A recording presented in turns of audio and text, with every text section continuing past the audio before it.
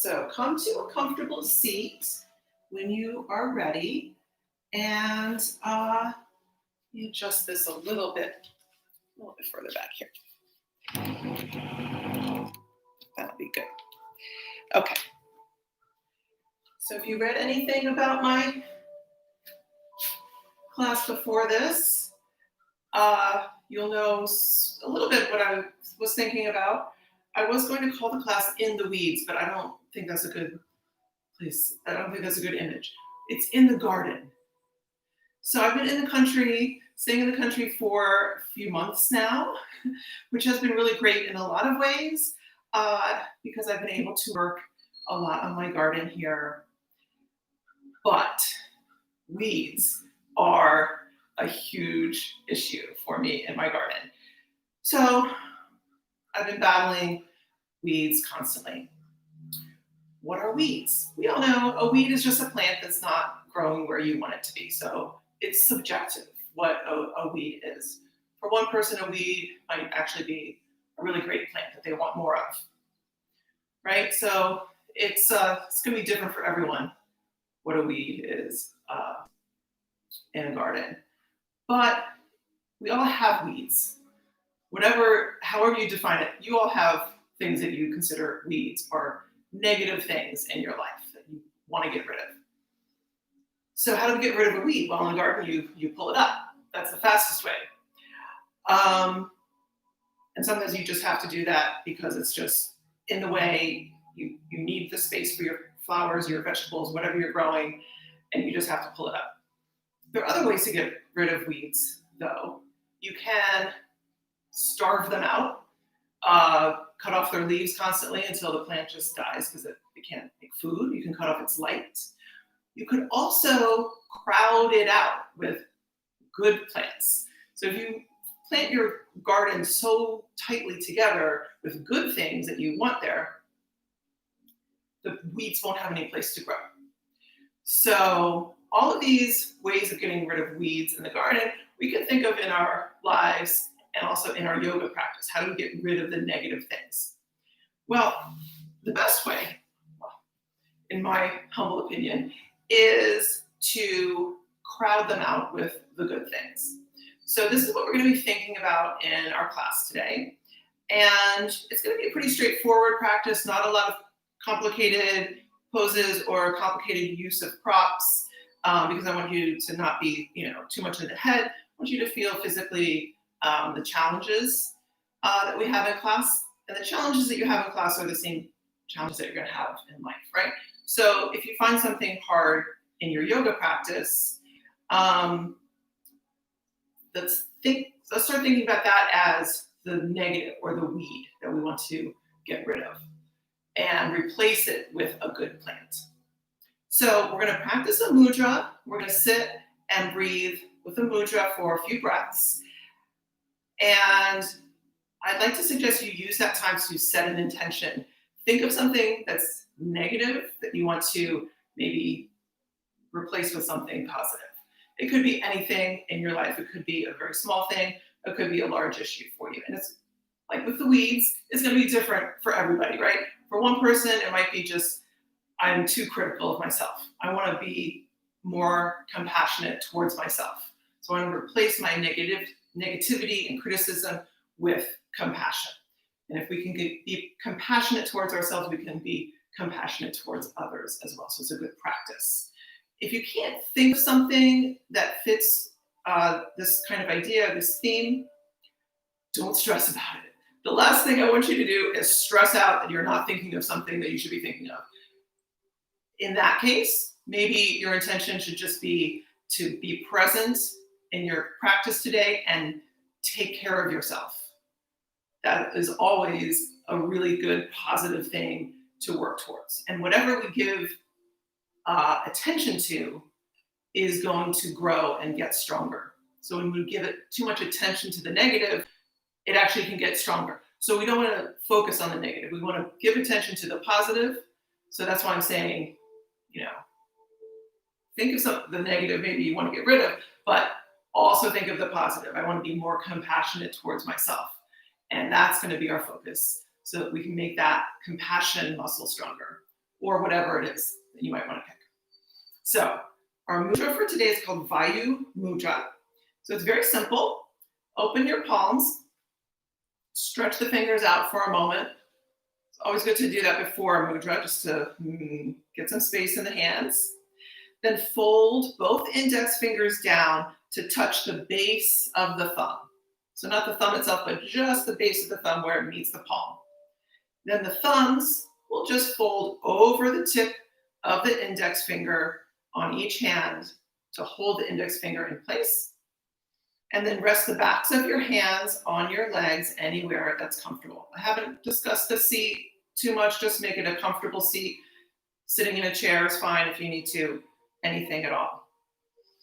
And then from here, you'll just be breathing, closing your eyes if comfortable, and taking slow, deep breaths in and out through the nose. This is Vayu Mudra. It is activating the air element, and it is associated with the heart chakra, Anahata chakra. So while you hold that, breathe. Just want to read a couple quick things about Vayu Mudra. As I said, associated with the air element, especially the upward moving current of energy. So we're thinking upward movement as the plant grows upwards towards the sun.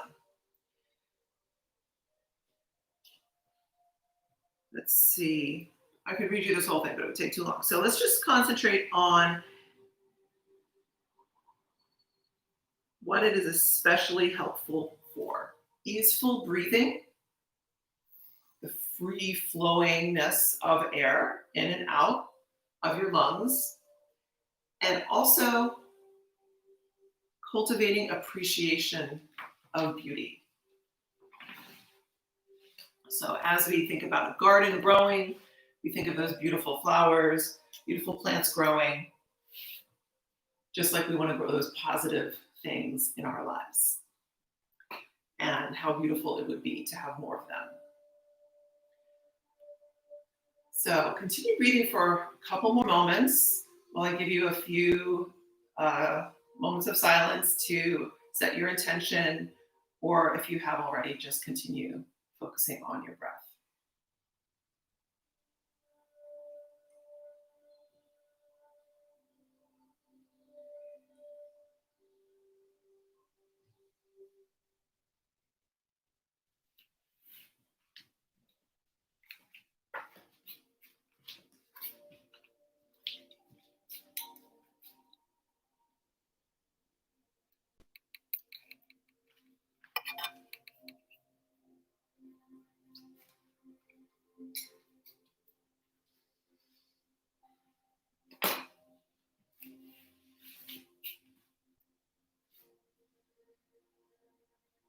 So gently come out of your mudra, stretching the fingers out again. If you're sitting cross-legged like I am, just switch the cross of your legs. Whichever leg is in front, just switch whichever one is in front. I already switched. I'm going to sit a few more moments and start breathing with the lift of the arms. So reaching the arms out to the side, take a big inhale. And all the way up, palms facing in towards each other. And then exhale, float the hands back down.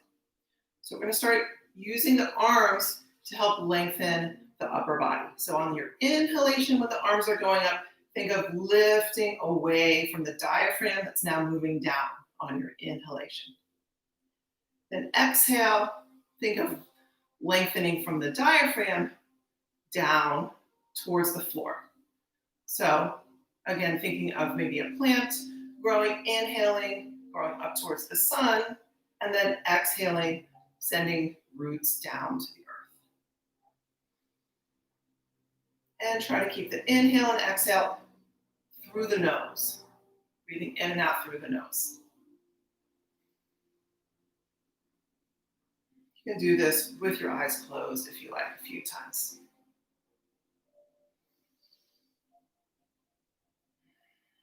As you notice the oppositional movement up and down, starting to move a lot around that diaphragm area in the abdomen. Maybe it's starting to create a little more space in the abdomen, as if you could stretch that space out and have more space between the pelvis and the rib cage. One more time, and then exhale right back down. Keep the eyes closed or close them for another moment and just rest with the arms down and notice any change in how you're sitting after those few arm movements. If you feel any more lift or length through the spine. Good. Now we're going to come on forward onto hands and knees into your tabletop position. So always feel free to pad under the knees if it's a little uncomfortable. I have 2 mats, so I should be okay. So we're going to come onto hands and knees into our regular tabletop position to start with. Tuck the toes under this time for the first few times going through cow and cat. So inhale, arch the back and look up, and exhale, round the spine up. So keeping arms straight and vertical, hips over knees just a few times, your basic cow and cat.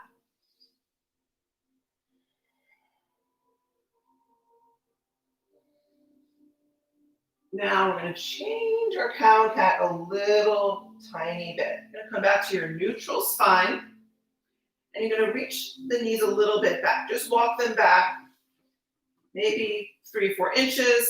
One way you could really measure it if you wanted to is come to a plank and then drop the knees from there. Knees are a little further back than your regular tabletop. So now we're going to continue with cow and cat, inhaling, and then as you exhale to cat, go a little bit back towards your child's pose, but with the toes tucked, so we're not sitting all the way back. Inhale, come forward, cow. Exhale, move back to cat. Inhale and exhale.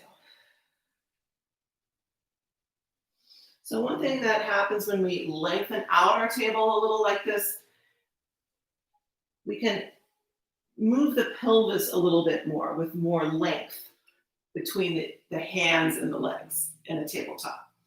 And that way, we can get the rounding of the spine to happen even down into the lower back. So sometimes you might notice in your regular cow and cat that when you round into cat, all of the rounding is in the upper spine. But if we lengthen out a little bit, we can get that rounding all the way down to the lower back. So it's just accessing a little bit more of the spine than in your regular cow and cat. So one more time like that. And then the next time you go to your cat, go ahead and let the toes point so you can reach all the way back, sitting bones towards heels into your child's pose. So I've been doing cow and cat a lot that way recently because I found that the lower back, my lower back was always staying arched. And to the point of, I thought it was starting to bother me. It was too much of an arch all the time. So I wanted to be able to release it a little bit more. So that's a way I found in cow and cat to get a little more of a stretch in the lower back. You might not have that issue in your lower back, so it might not really feel that great to you, or it might just feel kind of neutral. Still doesn't hurt to do it, as long as it doesn't cause pain. So from here, from your child's pose here, come on back up to your tabletop. And let's make this one your regular tabletop. In other words, you might walk the knees a tiny bit forward so the hips are right over the knees. Good. So for here, you're just going to stretch your right leg back, toes tucked at first, and just reach back through that heel for a couple breaths to let the back of the leg open up. And then after a couple breaths, you're going to point your toes and lift that leg up so it's parallel to the floor. We're going to try now to reach the opposite arm forward. So right leg, left arm. If it's troubling for your balance, you can always put the hand down and work with just the leg through this part of class. From here, we're going to inhale, think of cow spine a little bit. So both limbs go up. And then on your exhale, bend the leg, bend the arm, and try to bring the knee to the elbow underneath you. So inhaling and exhaling. Inhale, exhale. Let's do 2 more times.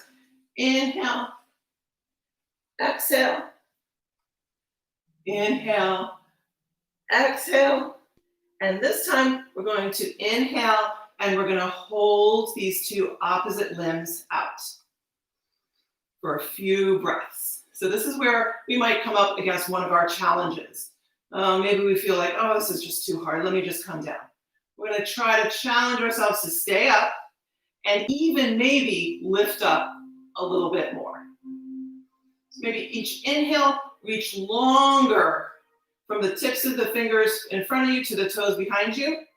And then on each exhale, try to lift up a little bit higher. Lengthen and lift.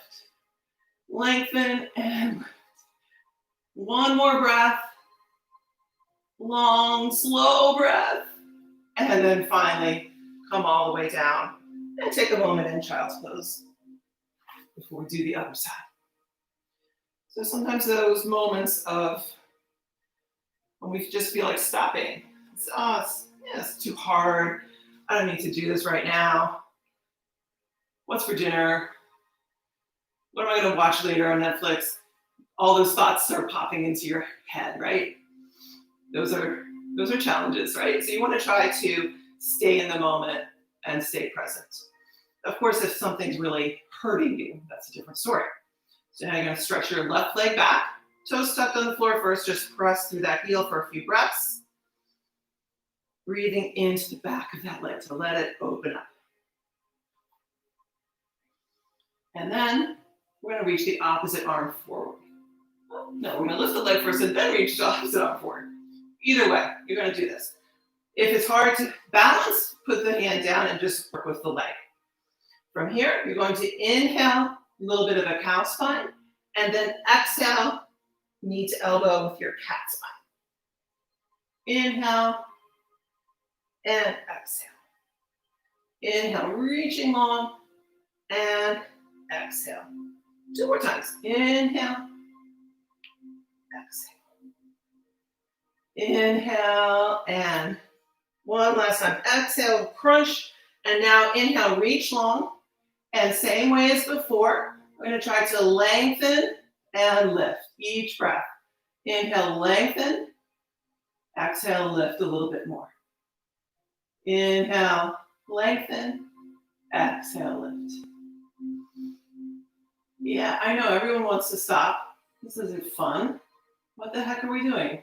It's not fun to do this, but we're going to stay because you know what? It's not going to last forever.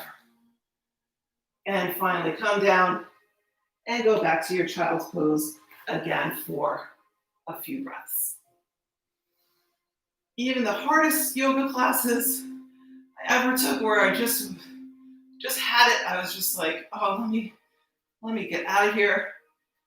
None of those classes lasted forever. They all ended eventually. So just remember, a few seconds is not that bad. So you're going to come up out of your child's pose and walk the hands forward. Lift the hips up somewhat. Walk the hands forward enough so you can come into your puppy pose. And just taking a couple breaths here. Just as we were seated, reaching the arms up on your inhale to lengthen through the upper body and arms towards your hands. And then exhale, think of lengthening back through the sitting bones. Couple more breaths.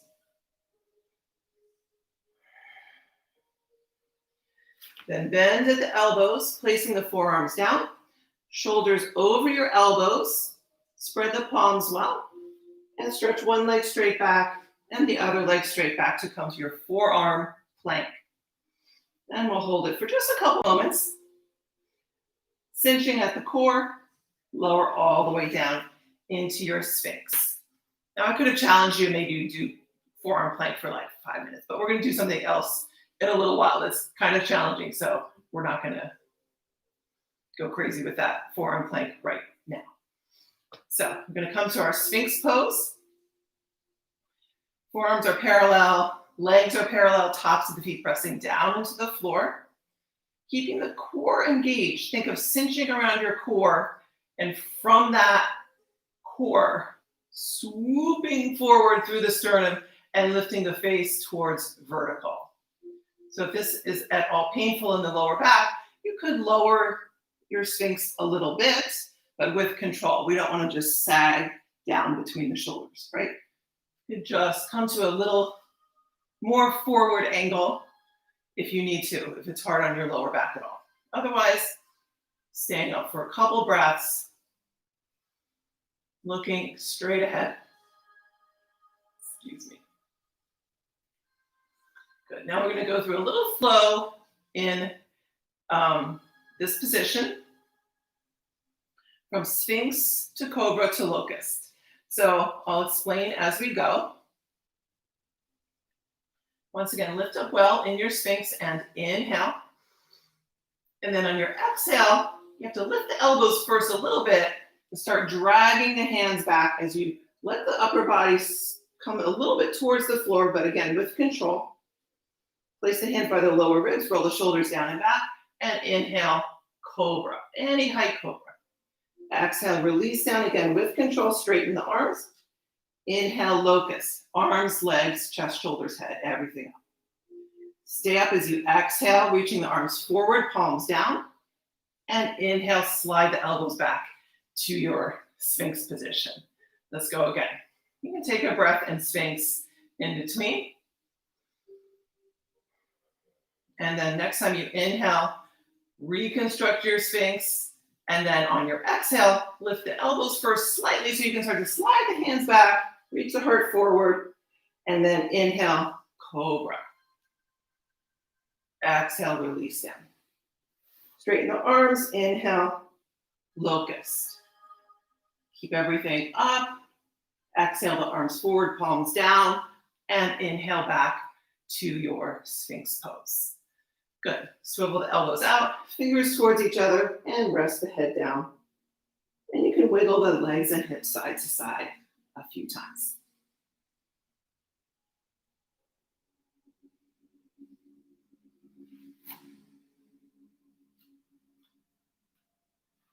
So from here, we're going to come all the way up and back to your child's pose. So just push yourself back. This time you can widen the knees apart from each other. Keep the big toes pointing in towards each other and rest in child's pose with the knees wide for a few breaths. Letting the upper body melt down towards the floor any amount that you can. This next part is going to be another little challenge. And that's when we're going to be working on focusing on the positive instead of the negative. When we feel like coming out of a pose or just stopping something because it's just kind of hard, instead we should maybe try to think of, wow, I'm pretty strong, I'm pretty capable, I can do this, I'm getting stronger every day because I can keep doing more and more every day. So all my hard work is going to pay off. And focus. A few more breaths, and then you'll be done. We'll see. So, yes, it's time. Okay, so you're going to come forward to your tabletop. Once again, having your fingertips close to the front of your mat or your practice space. We're going to come, actually a little bit back. I take it back. You're going to have maybe a foot or so from the top of your mat if you're using a yoga mat. Or just have a little space in front of you. We're going to come to a plank, and we're going to do something called plank rounds. So what you're going to do is lower one arm down, forward. So notice how I brought my hand forward and put the elbow down where my hand was. And then I'll do the same on the other arm. So I end up in forearm plank. And then I go back up and back up. So I'm going to continue a couple more times. Forearm, forearm, hand, hand. And that's a plank round. Those are plank rounds. So we did how many? 3. So we're going to rest for a second, and we're going to do 3 going the other direction. So the other hand will go forward first. Then I'll give you another rest, and we're going to do 2 more sets later in class. This is one of the greatest exercises for core strength as well as your arms, because you're having to hold your body in that position the whole time, right? So try not to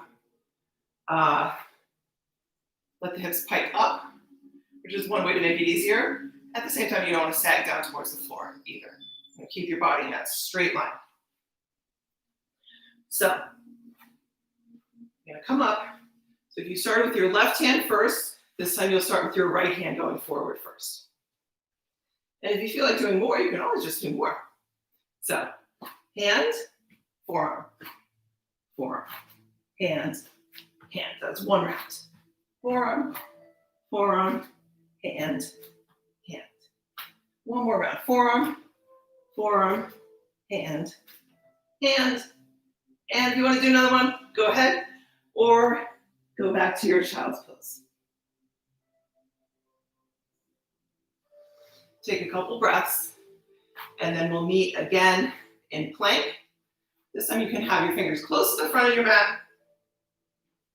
Stretch one leg straight back, the other leg straight back, and go to downward facing dog. Pedal out your feet.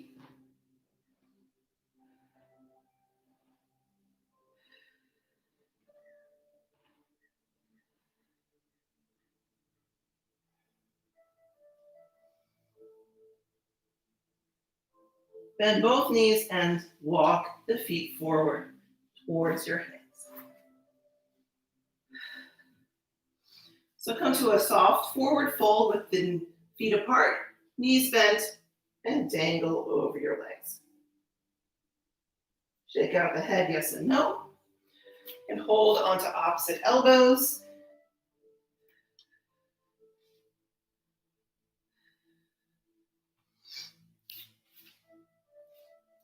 And the sun is in my eyes. I'm just going to close these curtains. Continue dangling down, shaking out your head. Switch the fold of the arms.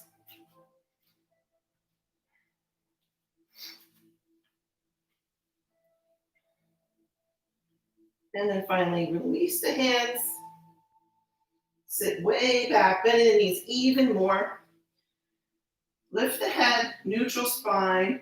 Bring your hands onto your legs above the knees and push yourself up to stand. So here's where you might use a chair, or you can also use a wall for what we're going to do. We're just going to do a simple forward fold. If you have trouble touching the floor when you fold forward, go ahead and get a chair, or you can just use your blocks to put your hands on. The way I'm doing the chair is I'm behind the chair, I'm going to reach over the back of the chair. If you don't have a chair that's the right height for you, you don't have to use the back of the chair. You just have the seat in front of you. And we're going to fold forward, put the hands on the seat, or you can put the hands on blocks if it's comfortable to go down lower. Just have the legs straight. The whole idea is to have the legs straight, okay? So it's always going to be different for everybody. If you can put your hands all the way to the floor, keeping the legs straight, great, you can do that. Otherwise, you're going to find something to put your hands on so that you can keep the legs straight. Might be something like this, might be even lower. And just start releasing the backs of the legs. If you don't have anything handy that you can think of to put your hands on, then you're just going to go to a wall. Just find a little space at a wall. Stand maybe 4 or 5 inches in front of the wall. And then go into your forward fold. You can walk your hands down your legs. So you'll be leaning back. So I'm showing it as if there's a wall behind me. So my legs are angling way back. I can't really do it, otherwise I'll fall over. All right, so this way you can use your own shins as a prop. So you can keep the legs straight and be folding over, and maybe you don't go all the way down to the floor, and that's fine. Take a few breaths, just thinking of releasing the backs of the legs. If you can put your hands on the floor in a forward fold, you can always just do that. And it can be wide. The feet can be wide apart. So I just want to have this moment for you where you can let the brain go down, right? The brain is going down while the sitting bones are going up. And having the backs of the legs straight, for some people is not accessible sometimes because of tightness in the lower back, hamstrings, wherever, or combination of everything. So if we can work sometimes with the legs straight, with the hands on something, then that stubborn old brain can get the message that maybe it's okay to release those muscles a little bit more, rather than just trying to stretch them and, sort of getting mad at them. This is also great to do, even if you're flexible in that way, you can just give yourself kind of a break and do it this way anytime you need to de-stress a little bit. So I like to do this. If you're on the over the back of the chair, you might even fold the arms on the seat and rest down like so. So this is your basic forward fold. Feet can be apart, but straight ahead. Take a couple more breaths. And then slowly start to come up. Walk your hands up the chair or whatever prop you have. And come to stand up. Now I'm going to keep those props handy for just another moment. And we're going to do another forward fold. But again, putting the hands on props. That would be good. So for this one though, I know you can't see my head, but it's okay. You're going to look at my foot position. We're going to turn the feet out. Okay, so if you did ballet, ever, first position, right? So the heels are touching or very close together. And then you're going to try again to keep the legs straight and bring your hands down onto your prop. If you need to use a chair or anything higher, just go ahead and use that. So you want to keep the legs straight. And now we're just going to let the hips slide side to side a few times. Doesn't have to be a huge movement, but just testing out what it's like to slide back and forth with the hips, side to side. Just a few times, and then stay over to your right side and lean into it a little bit more. So the head is going to the opposite side. You might feel a little stretch in the outer hip, kind of in close to the hip socket. It's kind of close to the joint. Good. And then come back to center and let the hips slide over to your left, head going to the right now. And maybe finding, again, a little bit of that stretch close into the hip joint. Kind of on the outside, but I feel it. It's not like a superficial muscle. It's kind of a deep muscle or maybe some other connective tissue around the hip joint. And then come back to center And then take a few of the smaller movements side to side again. This time you're going to bend your knees go out, and then same as before, except now we're in this little plie position, hands on the legs, and push yourself back up to stand. Good. So we're going to come to the top of the mat. Again, you can have your props handy there if you think you might need them for your hands. And come to Tadasana, standing mountain pose. If possible, join the legs together, inner legs touching as much as possible, unless that's hard for you to balance. Then you can separate the feet a little bit, feet parallel. Let's keep the arms reaching forward for today. So we're going to inhale, reaching the arms forward so the palms stay facing in towards each other the whole time. And then exhale, fold forward, bring the arms in front. And then inhale, halfway up, touching the fingers to the shins, and exhale, fold again. Bend the knees as needed, and set the right foot back on an inhalation. Exhale, drop the right knee to the floor, and inhale up to your crescent lunge. Exhale down. Inhale, shift back towards your Ardha Hanumanasana, half splits. We're not going to sit all the way back on this back foot, so you're just coming back far enough that you can straighten the front leg. The front toes can be pointed, or the foot can be flexed up as you like. Hands can be on the floor or your blocks if you need. Inhale to lift and lengthen the spine, and then exhale, fold forward again. Inhale, come back towards the front of your mat with your lunge position. Tuck the back toes, straighten out that back leg, and then reaching the arms forward again. A big inhale, come up to your high lunge position. So the back heel is still up, still facing forward. Exhale, hands to your hips.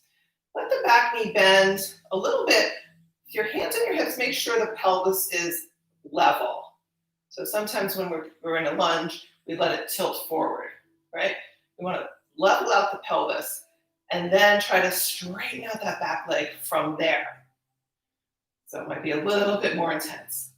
And then we're going to raise the arms again to hold our high lunge for 5 breaths.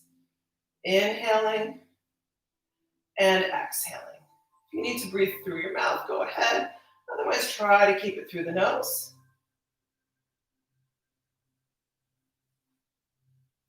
Maybe this is about the 4th breath. Don't breathe too fast. And then maybe that's about 5. Don't let me rush you though. If you need to take another breath, go ahead. If you're done with 5 breaths, bring your hands to your hips again. Straighten the front leg. We're going to swivel to face towards the right. If possible, try lifting the front of your left foot and swiveling on the heel. If that's throws you off balance, just step the feet together and reposition yourself in a straddle. So now we're in a straddle facing off towards the right side. Feet are parallel.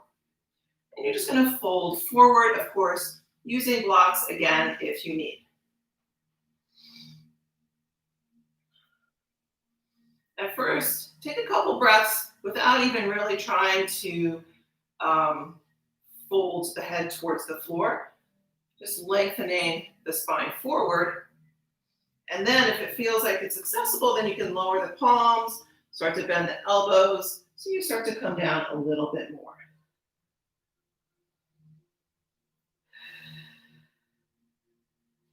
And take a few breaths, just folding forward.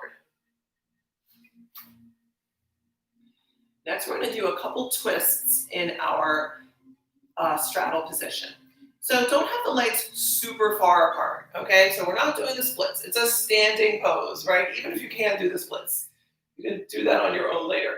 Right now, maybe, I'm going to guesstimate it's longer than the length of one of your legs between your feet, but not much, not too much longer than that. So we're going to come back to the position with your hands on the floor, Arms vertical under your shoulders. So not folded too much further down than that. We're going to twist towards the back foot, okay? So you're going to bring your left hand in under your face. And then first, just think of this shoulder. You can even use your right hand to bring the shoulder in so the arm is vertical. So here, if I just move my hand, the arm is diagonal, right?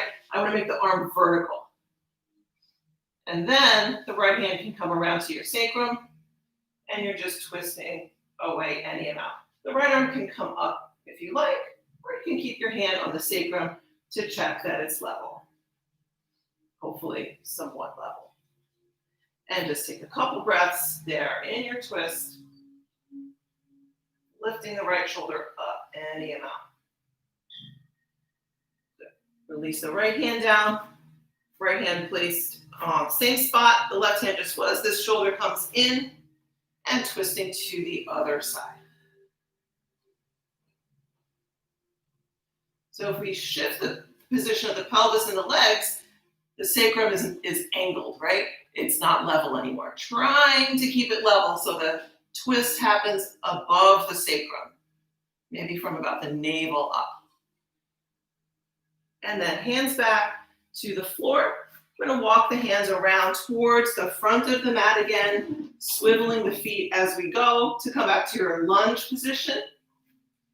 Hands on the floor, either side of your front foot, and step that back foot forward.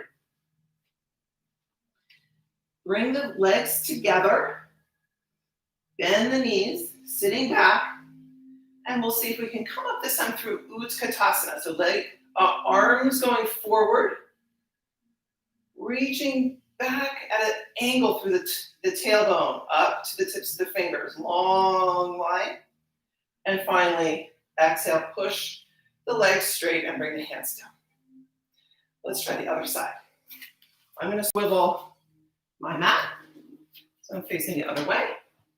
You can just stay right where you are. And then we'll exhale. Inhale, arms up forward. And exhale, fold forward, arms coming down in front of you. Inhale, halfway up.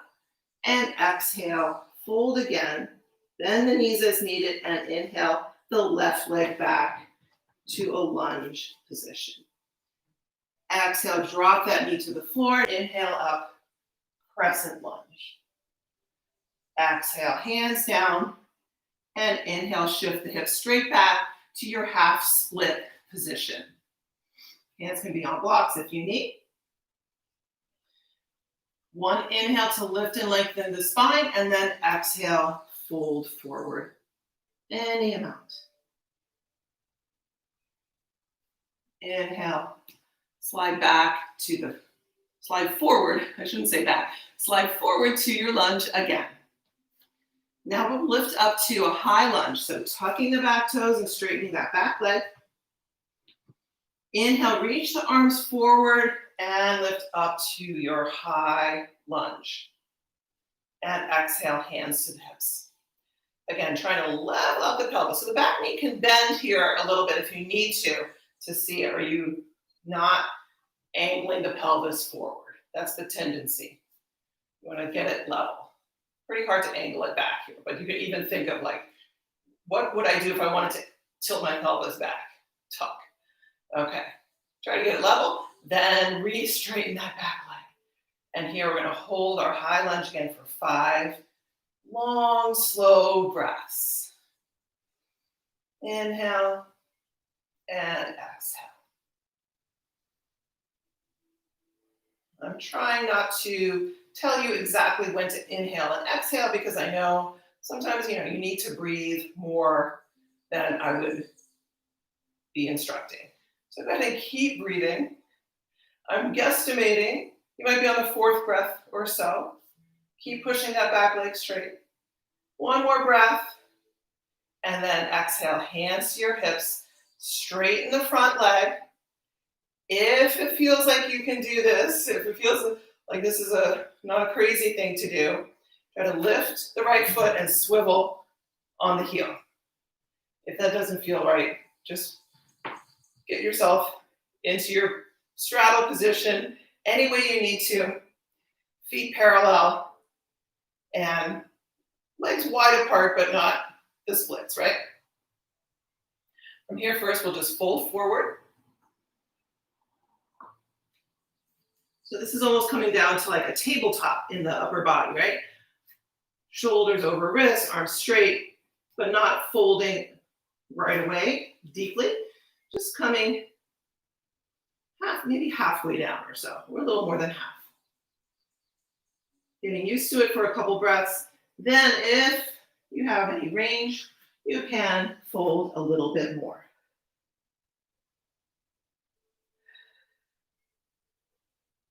And taking a few breaths.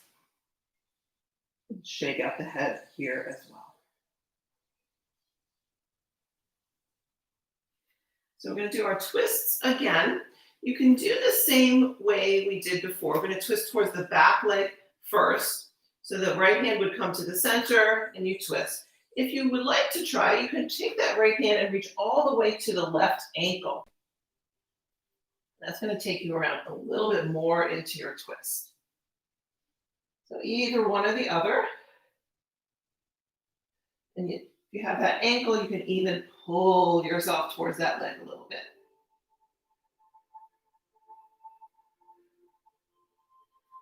And then release, walk the hands, and then we'll do the twist towards the front foot. So the left hand will reach to that ankle, and right arm up, or resting on the sacrum, either way, and maybe pull yourself towards that foot anyhow.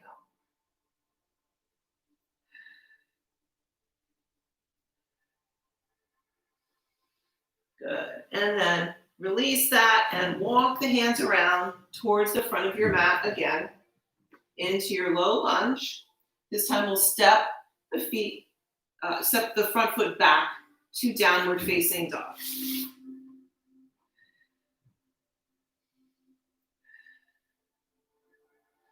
And then drop both knees to the floor and rest in your child's pose for a few breaths.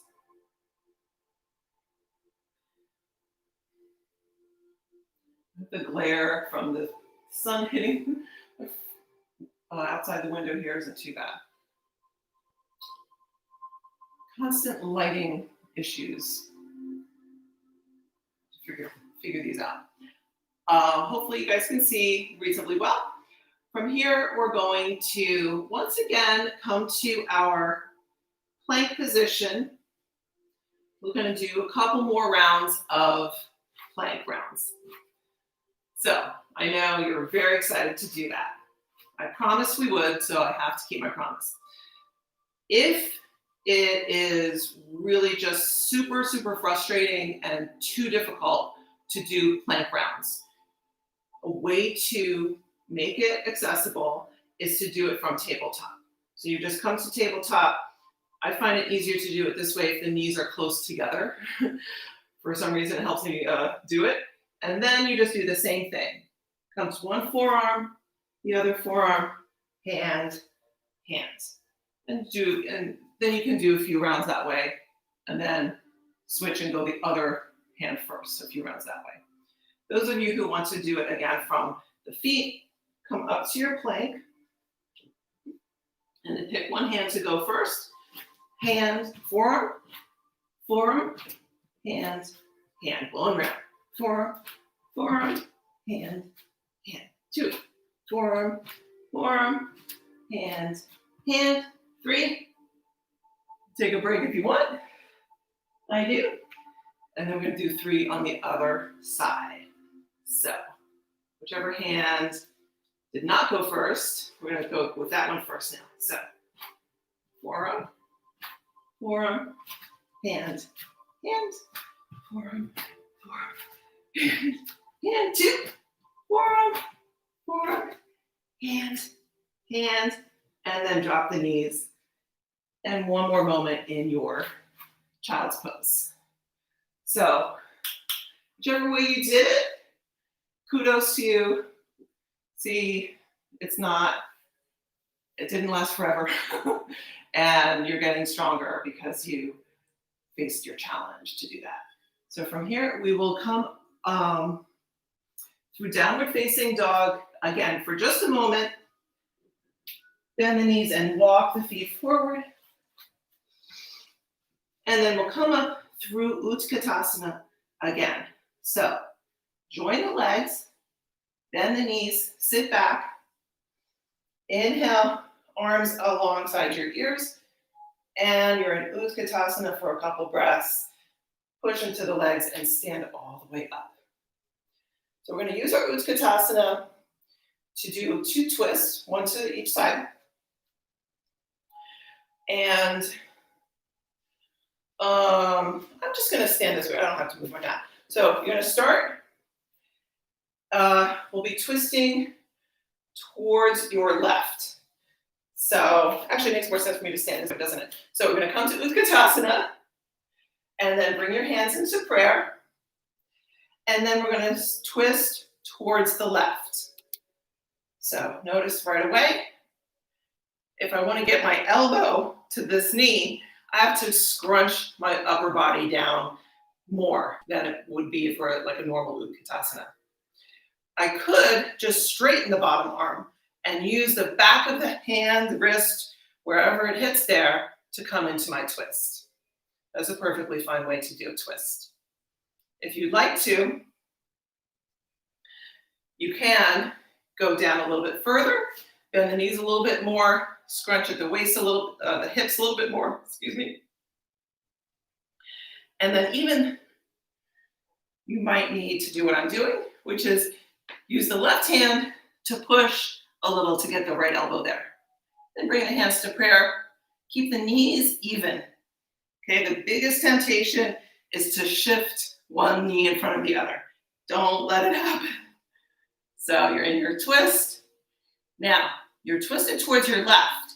If you would like the option, you can try to step back with your right leg into a lunge position. You can try that. You can take the top arm and wrap it around behind for a bind, half bind, or you can just try to push into the twist any amount more. And then unwind. If you step the back leg forward, step the back leg back, step it forward again, come back to Utkatasana, push into the legs and come all the way up to stand. So now we'll do the other side. So I'll be twisting towards your right. So now I'm going to stand on this side. Have the knees together, legs joined. So the knees can be glued together. Almost think like you only have one leg. It bends, your one leg bends here at the knee, right? But the knees can't come apart. Okay? You're a strange little toy that has only one leg, right? So you're going to glue those knees together or magnetize them together. Hands to prayer, and then twist towards your right, and then choose, do you want to straighten that bottom arm and work on your twist here? Or would you like to get the elbow hooked outside that right knee? And you can come to your prayer position, hands twisting any amount. If you'd like, you can try to step back with your left foot and work on your twist there. Bottom arm could be straight. You might even be able to reach a block or the floor with that hand. Or you can just work on maybe half bind around with the top arm. And then finally, hands back to prayer, step the back leg forward, and stand up out of Utkatasana. Inhale the arms up just to stretch and lengthen. And then exhale, forward, fold. Step one leg back, knee down. Other leg back, knee down, and go back to your child's pose. A few more breaths. So, I don't know about you guys, I don't have air conditioning, so it's a little humid, a little hot. It feels good to sweat it out. So, from here, we're going to come onto the floor, sit all the way down, and we'll just do one Navasana. This will be the final moment of truth or sort of challenge for class today. I think for most people it will be.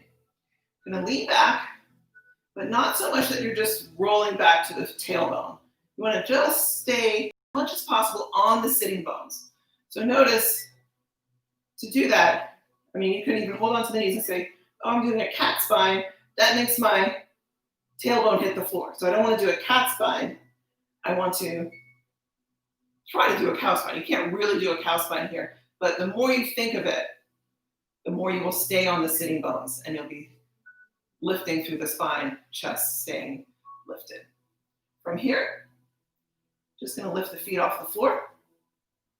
And then any amount, any step along the way, you're going to try to hold your Navasana for a while. I'm not even going to say how many breaths. I'm going to try to stay with me. You can choose to straighten the legs if you would like, or keep the knees bent. Try not to hold on to the legs. Keep the spine long, head on top of the spine. We want to tuck the chin to make it easier to bring the weight of the head forward. So keep the head in line with the spine so it's going a little bit back. Chest lifted. Maybe 2 more breaths. Starting to shake a little bit. That's okay. And then bend the knees and come forward. Good. So when you start to shake, that's when you've hit the sweet spot, right? Yeah, it means you're alive. Okay, so from here, just straighten out the legs and fold forward. Hold on to the feet, calves, ankles. If you can reach your feet, you can hold on to the big toes. And bend the elbows out to the sides.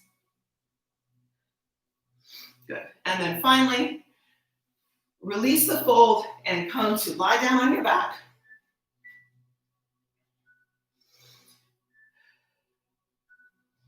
Knees bent, feet hip width apart, legs are parallel to each other. We'll just do a couple bridges. First, arms down alongside you, palms down. Try to press into the back of your head to lift the upper back a little bit off the floor and tuck the shoulder blades in underneath you, any amount more that you can. So you might notice the top front of the chest opens up when you do that. Keeping that openness with your breath, go ahead and push up into your bridge. Letting the opening of the hip crease lift you up any amount more, pressing the hands down into the floor. After one more breath, lower back down.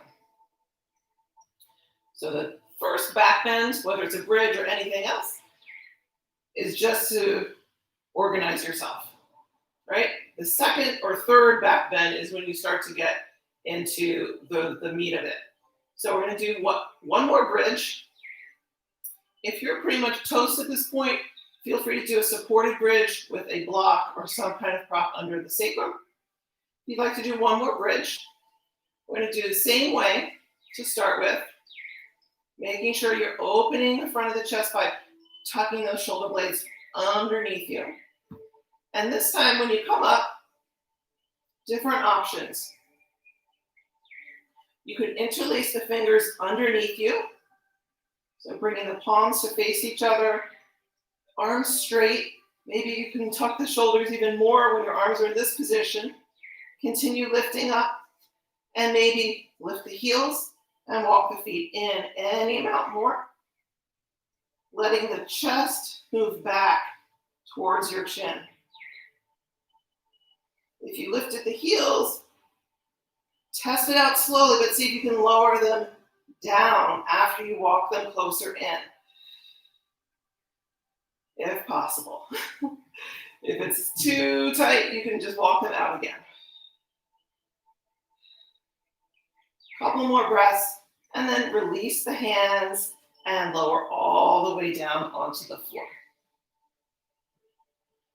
Take a couple moments, just letting the feet come apart, maybe about as wide as a sticky mat. And then let the knees fall in together.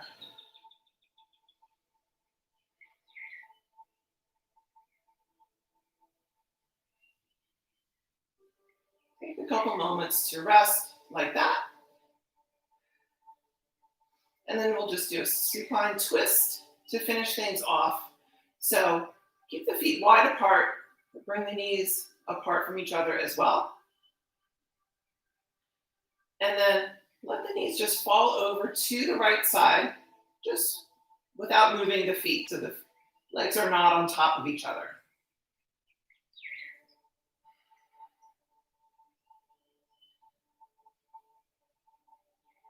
You can just stay like this in your twist if you like, or you can take the right foot, pick it up, and just tuck the outer edge of that right foot on top of your left knee.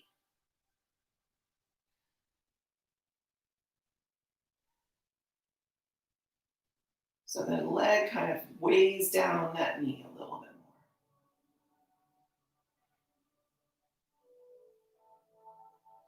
more. Good. A couple more breaths. And moving slowly, release that foot from off that leg and then bring the knees up. Check the feet are still wide apart and go over to your left side. Start with just a couple breaths with the legs as they are. And then your choice if you would like to tuck the outer edge of that left foot on top of your right knee. And let that weight pull the right knee, the right thigh bone a little bit more towards the floor.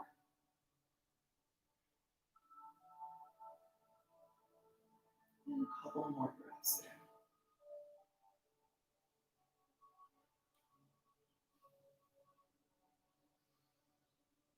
Finally, release both knees up towards the ceiling. Your choice if you'd like to either just hug the knees in for a moment, or if you'd like to do happy baby. Just gonna make sure camera angle's still okay. So either hugging the knees in or lifting the feet for happy baby for a moment. You can always hold on either to the feet or behind the knees. Either way, just keeping the soles of the feet up towards the ceiling. And then finally, release the legs down to the floor. And we'll just be moving towards Shavasana, our final relaxation pose now. So if there's anything else you'd like to do at home on your own, this is the moment to do that. If there's any other pose that you know that you feel you need to do to complete your practice. Otherwise, to set up for Shavasana, your choice. Classic Shavasana, just lying flat on the floor. If you're at home and that couch is looking mighty comfortable right about now, feel free. Another option, if you have a couch or chair handy, is to put your legs up on the seat. So I will show how that is done on my chair. And this is a really, really nice way to release the lower back and get a little tiny bit of an inversion, lifting the legs up. So the edge of the seat, whether it's your couch or anything else, is right behind the back of the knee. If it's not the right height for you, you might take another cushion. If you're tall, you might need another cushion on the seat. If you're the opposite of tall, you might just put a pillow under your knees on the floor. Otherwise, you're just going to be lying flat on the floor, letting the legs release and relax. Excuse me. Any amount. Letting the arms be angled out to the side. turning the palms up. Among other things, turning the palms up in Shavasana releases heat from the body. So usually in summertime, it is the preferable position for your hands.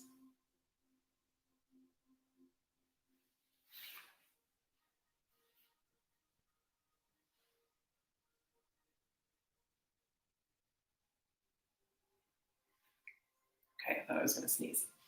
So we'll do centering breath for a few rounds to begin your Shavasana.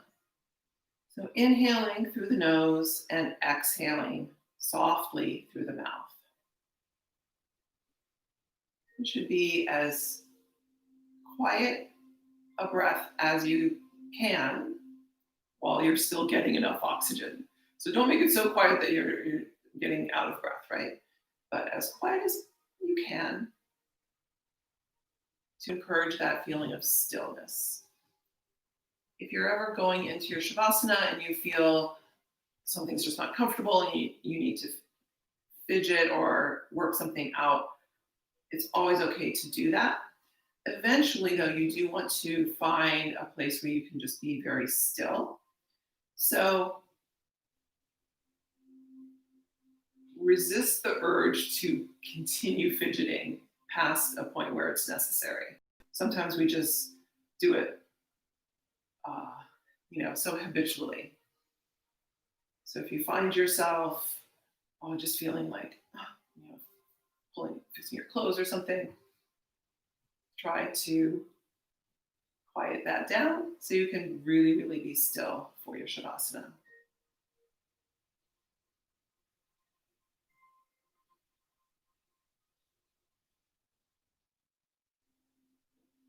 As with our other work in our practice, when we're trying to feed or nurture that positive side, so we can kind of let the negative get starved out so it won't be around anymore. In Shavasana, we are trying to nourish or cultivate that feeling of stillness so that we can truly de-stress ourselves. It's not possible to completely de-stress if we're constantly moving. Of course, we do need to move, and some people need to move a lot to reach that point where they can become still. And that's part of the process of de-stressing. But the goal is to reach a point where you have moved enough or stretched enough or breathed enough or whatever it is that you need so that you can be completely still for at least these few moments.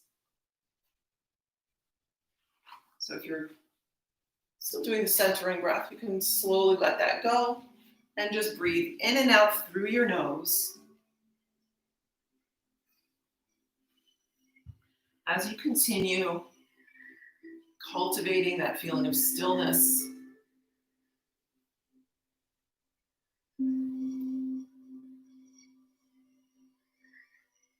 trying to do as little as possible for your Shavasana, releasing any unnecessary effort so that you can truly be still for the next few moments.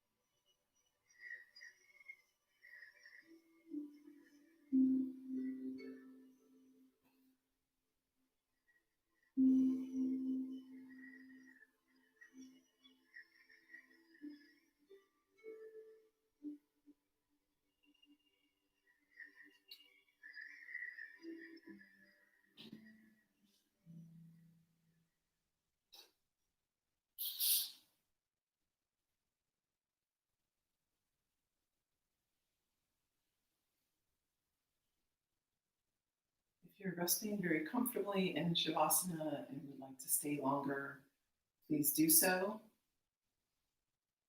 Otherwise, if you'd like to come out of your Shavasana now, just start wiggling the fingers and toes, stretching out along the floor, any direction. And when you're ready, roll over onto your side.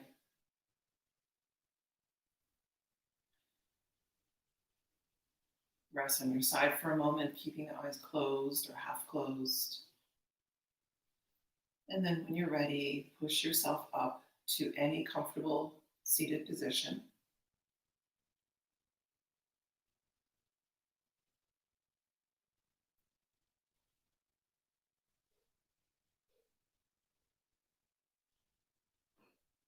Pressing the palms together lightly. Namaste. Thank you so much for joining me. I hope you enjoyed class. Please send me any comments or feel free to share the link with family and friends. I'm going to try to do a new class every week at this time. Eventually, I would like to do some Zoom classes or some form when I can see you and interact in somewhat more normal a teacher-student fashion. So thinking about those plans, and we'll definitely let you know when anything is going to happen. If you have any ideas or preferences for anything like that, also feel free to send me any suggestions. Namaste. Have a good weekend.